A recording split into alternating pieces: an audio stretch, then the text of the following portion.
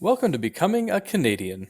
In order to be able to apply for citizenship, you must hold the permanent resident status. I'm sure that can't be that tricky, right? Review the document checklist, permanent residence, and see how many of those documents you think you could figure out on your own. Pause the video and do that now.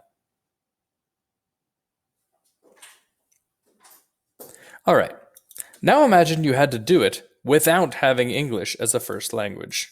Wouldn't be that much fun, hey?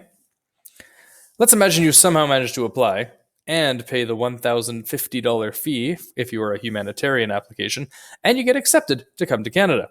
Congratulations! As a permanent resident, you can live, work, and study in Canada. You also get access to healthcare and support our social programs by paying taxes.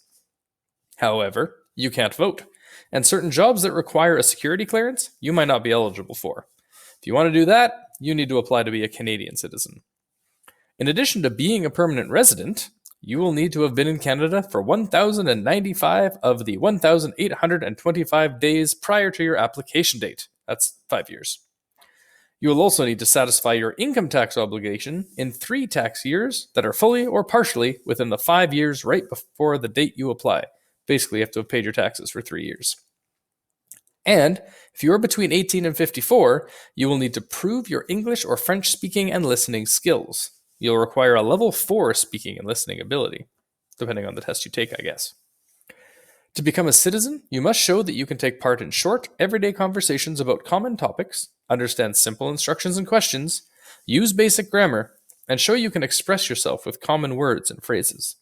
Proof of your language ability can be shown via the following: results of a third-party language test, like the CELP-IP, a diploma, certificate, or transcripts from a secondary or post-secondary education program in Canada or above, so it'd be like high school, college, university, where the language of study was in English or French, or proof that you have reached the Canadian Language Benchmark Level 4 or higher through a government-funded language training program.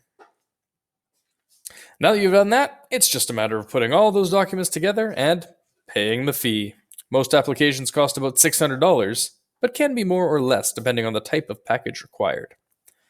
Now, the Government of Canada will notify you when they've received your application, and they will let you know if they need anything else from you. However, it's important to know that it can take a while for your application to be processed.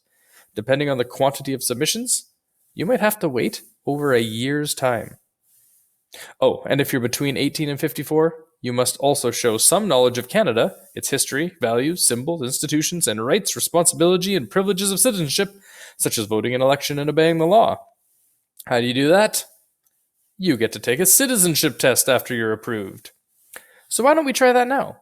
Take the citizenship practice test and see if you could pass. FYI, you need 15 out of 20, or 75%, in order to pass the Canadian citizenship test. So change the settings in the following link, that one down here.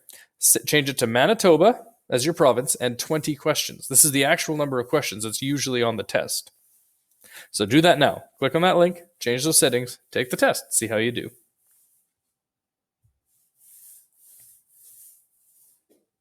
All right, now let's imagine you passed the test as well. Great job!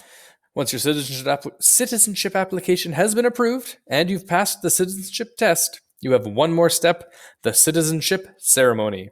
This is your exciting last step in becoming a Canadian citizen. If you're 14 years or older, you will be required to participate in the ceremony, where you will take the oath of citizenship, receive your citizenship certificate, and sign the affirmation of citizenship. Local community groups typically hold these celebratory events.